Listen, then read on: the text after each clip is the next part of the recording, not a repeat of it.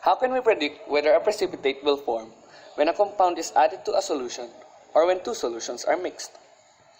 It depends on the solubility of the solute, which is defined as the maximum amount of solute that will dissolve in a given quantity of solvent at a specific temperature. Chemists refer to substances as soluble, slightly soluble, or insoluble in a qualitative sense. A substance is said to be soluble if a fair amount of it visibly dissolves when added to water. If not, the substance is described as slightly soluble or insoluble. All ionic compounds are strong electrolytes, but they are not equally soluble. We will show you a number of common ionic compounds and to classify them if they are soluble or insoluble. Keep in mind, however, that even insoluble compounds dissolve to a certain extent. This is when KSP comes into play. So what are soluble compounds?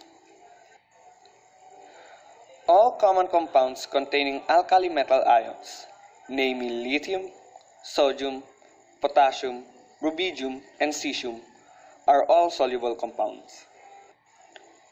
Same goes with all common compounds of ammonium ion.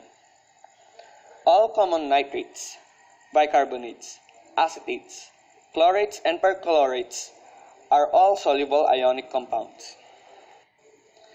Common halides, namely chlorides, bromides, and iodides, are soluble ionic compounds, but there are insoluble exceptions.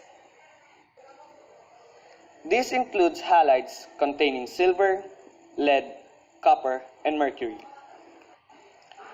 All common fluorides are also soluble ionic compounds, except with lead fluoride and fluorides of alkaline metals. Sulfates of calcium, strontium, barium, silver, and lead are insoluble compounds. The rest of sulfates are soluble. Since we have discussed soluble compounds, let us also discuss the insoluble compounds. Carbonates, phosphates, chromates, and sulfides are insoluble compounds except when these compounds contain alkali metal ions and the ammonium ion. Hydroxides are also insoluble compounds except when these compounds contain alkali metal ions and the barium ion.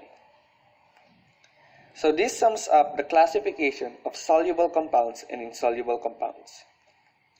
Here is a table that summarizes all the things we have discussed about solubility rules.